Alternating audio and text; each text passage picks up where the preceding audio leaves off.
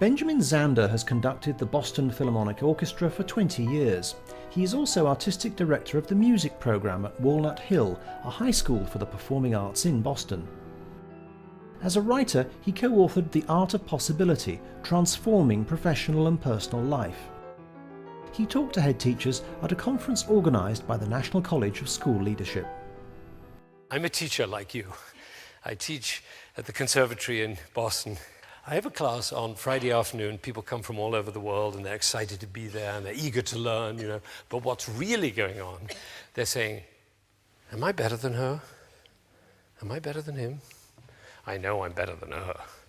I don't think I'll ever be as good as him. I hope I can be as good as her. They're constantly comparing and they're measuring. And when they can't come out to play, let's say the violin, it looks as though there's one person playing the violin, right? There are two people. There's the person who's playing the violin, and then there's another person standing behind the person who's playing the violin, whispering in his ear, you haven't practiced enough. Do you know how many people play this piece better than you do? That difficult passage, you missed it the last time. It's coming right up. You're going to miss it again. That's the voice in the head. And if anybody's saying, what does he mean, a voice in the head? What's he talking about, a voice in the head? That's the voice I mean. Took a moment for you to hear it, right? But that voice keeps talking and talking and talking, and it never stops. You know, sometimes it talks so loudly that it drowns out the music. So my job is to get hold of that voice. And this is how it works. I do it each year. I come into my class at the beginning of the year, and there are about 40 students in my class, and I say, after a little bit of housekeeping, I say, your grade for the year is an A. You're an A. That's your grade. And there's one condition. The condition is that they have to write me a letter in the first 2 weeks of the class, of the year. The letter must be dated the following May, when the class ends. So the date at the top is May 2000 of the next year. And then the letter must begin with these words, Dear Mr. Zander, I got my A because. Then they have to write a letter describing who they will have become by the following May to justify this extraordinary grade. And I tell them to fall passionately in love with the person they're describing in the letter. And they do. They write about who they would be, who they could be, who they see themselves as if only that damn voice would stop telling them they can't do it. When I come into class, the person I teach is the person that they have described in their letter. You see, I only take A students. Now, there are a few people looking very concerned and saying, how does he do that? Well, the answer is very simple. You can give an A to anybody. You can give an A to a waitress in a restaurant, to a taxi driver. You can give an A to the other drivers when you're driving in traffic. You can give an A to your mother-in-law. You can give an A to your boss. You can give an A to anybody. What happens when you give an A is that the relationship is transformed. This is hard for teachers. I know this is very, very hard. I addressed a group of teachers earlier this year, and one of them came up to me afterwards and said, I like this giving an A. It's sweet, he said. But he said, but it doesn't make, you don't know the students. You don't know them. You don't know their work. So I imagine as the year progresses and you find out that some of them are quite mediocre, I imagine you modify the grade, right? I said, no. And then I tell them about this young girl I met. She's about 15. I said, what's your name? She said, Joy. I said, I beg your pardon? She said, Joy. Now, should her parents modify her name? No, because we don't give children a name as an expectation to live up to. We give children a name as a possibility to live into. The person who understood this perfectly was Michelangelo, and I'm sure you've heard this beautiful thing, but it bears repeating. Somebody asked Michelangelo about sculpting, and he said, oh, sculpting is easy, because you have a piece of marble. Inside the piece of marble is a beautiful statue. All you need is a hammer and a chisel just to get rid of all the stone that's in the way. And then That's actually a theory of education. It's, of course, not the one we use. The one we use, we're up here, the students are down here, and they try to get up and they do their homework and they work hard and they study and they work as hard as they can, and this is as far as they get. This is the gap between their achievement and our standards. And of course they're very manipulative because they know what we want to hear so they can get up a little higher. Michelangelo's model is totally different. It's eye to eye. We each have a hammer and a chisel and we're working to get rid of all that stone that's in the way of that beautiful statue. It's a totally different world. It came home to me very powerfully one day. This was the first year I'd ever done this with the A, and I was really excited about it. I came into class, and I said to all the class were there, and I said, what does it feel like to get an A in the first class of the year? I mean, you haven't done anything, you get an A. What does that feel like? To my amazement, one of the Asian students put up his hand like that. Forgive me for my attempt at his accent. He said, in Taiwan, he said, I was number 68 out of 70 students. I come to Boston, Mr. Zander says I'm an A. It's very confusing, he said. I am number 68 out of 70. Mr. Zander says I'm an A, but I am number 68. I walked 3 weeks, very confused. Then one day I discover much happier A than number 68. I decide I'm an A. I call that cosmic laughter. That's not head teacher's laughter, that's cosmic laughter. Because what you're laughing at is the realization, of course, that the A is invented, the 68 is invented. We might as well invent something that lights up our life and the life of the people around us. I don't know if you know this, but in America, in our music schools, we have about half our students from Asia. From China and Japan and Korea and Taiwan and Singapore and all these places. And they play fantastically well. They're great. They win the competitions, but they don't speak up in class. And I found out why. I actually asked them. I said, what is this about? And they explained to me. They said, Mr. Zander, you have to understand, in Asia, it's very important to be right. The teacher is always right. And the students try to be right. And as one of these young ladies said, the best way to be right is not to say anything, then you won't be wrong. Now, I believe the exact opposite, which is you cannot learn anything unless you make a mistake. So I tell my students, when you make a mistake, celebrate. And the way to celebrate is like this. How fascinating. It's actually quite difficult. Try it out on the golf course next time you're out. You know why it's difficult is because when we make a mistake, we tend to pull down, the body pull down. Notice the next time you make a mistake, the body pulls down. Now, instead, when it pulls down, you go, how fascinating. It's like this. It's difficult to do, you know. We had a conference of leaders of the music world, you know, heads of orchestras and schools and opera houses and so on, and we had a 3-day conference. And there was a lot of what I call downward spiral speaking.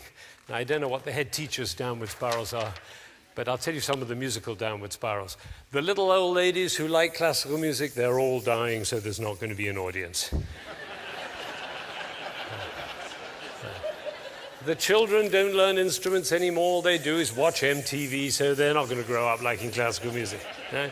And the National Endowment of the Arts is not supporting, and the foundations aren't supporting the arts the way they used to, so we're going to run out of funds. By the end of the second day, people were walking around the corridor in the hotel like this.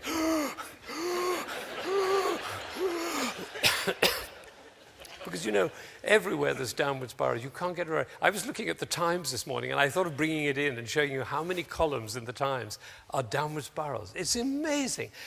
Every column is a downward spiral. Of course, the stock market, that's a downward spiral. Downward spiral. Also upward spiral. Upward spiral and downward spiral are actually the same thing. Because wherever you have a winner and a loser, you automatically have a downward spiral. So, of course, sports is full of downward spiral, but it doesn't matter in sports because we all go out for a beer afterwards. Yeah. But our educational system is based on a downward spiral because there's nowhere to go from an A but down. So we shouldn't be surprised if our kids look anxious. Sometimes it seems as though there's nothing but downward spiral, which of course isn't true, which is why I asked for another flip chart. Now over here we have possibility, the world of possibility, the realm of possibility, and this is where the vision is. And vision is very important. Vision is really important because, you know, people get confused about vision. They say, oh, so our vision is to be number one. No, that's a goal. Vision, to be a vision, has to be for everybody. Everybody. At this conference, somebody stood up in front of the whole group and said, 3% of the population likes classical music. If we could move it to 4%, our problem would be over. I say everybody loves classical music, they just haven't found out about it yet. How would you walk? How would you talk? How would you be if you thought 3% of the population likes classical music? If only we could. How would you talk? How would you walk? How would you be if you thought everybody loves classical music? They just haven't found out about it. These two worlds are totally different worlds. I had an amazing discovery. This is a really big deal for me. I was 45. I'd been conducting for over 20 years, and suddenly one day I had this kind of road to Damascus event. Eureka! I realized the conductor of an orchestra doesn't make a sound. My picture appears on the front of the CD. But the conductor doesn't make a sound. He depends for his power on his ability to make other people powerful. And when that happened, it changed everything. People in my orchestra said, What happened to you, Ben? What happened? That was what happened. I realized my job was to awaken possibility in other people. Of course, I wanted to know whether I was doing that. And you know how you find out? You look at their eyes. If their eyes are shining, you know you're doing it. You could light up a village with this guy's eyes. If the eyes are shining, you know you're doing it. If the eyes are not shining, you get to ask a question. Who am I being that my player's eyes are not shining? We can do that with our children too. Who am I being that my children's eyes are not shining? Now over here, we have goals. Have you noticed how goals tend to be rather grim? We have a goal. It's a rather grim pursuit. We have to make the goal. Now over here, you can have a goal as part of the vision. By all means, you have a goal, and if you make the goal, great, and if you don't, how fascinating! Because you know, we all know why we have goals. Why do we have goals? To make our eyes shine, that's all. That's the reason we have a goal. So if the goal posts are too close together, you can't score. If they're too far apart, it's too easy. So if it's not working, the eyes aren't shining, move the goalposts. You know, that's the thing. Now, over here you have the words you should, you ought, you need, and you must. Try those out on your children and see if their eyes shine. Over here we have things like, how about, what if, what are we looking for? What's next? Over here you see totally different language, totally different. Now over here you have blame and fault and threat. And over here, requests and apologies, totally different. This is where we put people down and also put people up. Over here, everybody gets an A. It's a totally different world. Now the leader, the new leader, is the one who first of all can distinguish the downward spiral and then has the power to take people from there over here to radiating possibility, and anybody can do it. Anybody, an 8-year-old child can do it. Anybody can do it. There's a key. There's a key to the kingdom of possibility. I'm going to give you the key to the kingdom of possibility right now. Okay, so this is the story. It always comes in a story. Okay, the story is this. 2 prime ministers were sitting in a room, and they had a conversation about affairs of state, you know, the way prime ministers do. And suddenly the door bursts open, and a man comes in a state of apoplectic upset. He's just like this and making so much noise and racket and carries on. Of course, they stop their conversation. And the resident prime minister says, Peter, please remember rule number 6. Immediately, Peter's restored to complete calm. He bows, he apologizes, and he walks out of the room. They go back to their conversation. 20 minutes later, the door bursts open again. A woman comes in. She's hysterical, and her hair is flying, and she's mascara's running. Everything's a mess. And shouting again and again. The prime minister says, Maria, please remember rule number 6. Immediately, she bows, she apologizes, she walks out of the room. And then 20 minutes later, it happens for the 3rd time. The 3rd time, the visiting prime minister says, my dear colleague, he says, this is astonishing. He said, I don't believe it. 3 people have come into this room out of control. And you just say rule number 6. Would you be willing to share what this rule number 6 is? He said, oh, it's rule number 6, very simple. Don't take yourself so goddamn seriously.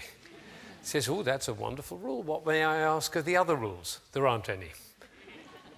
Cosmic laughter. Pretty tentative, I must say. Now, it comes down to 3 things. 3 things. 1, it's all invented. You've got to get that. It's all invented. 2, standing in possibility. And 3, rule number 6. That's it. Simple.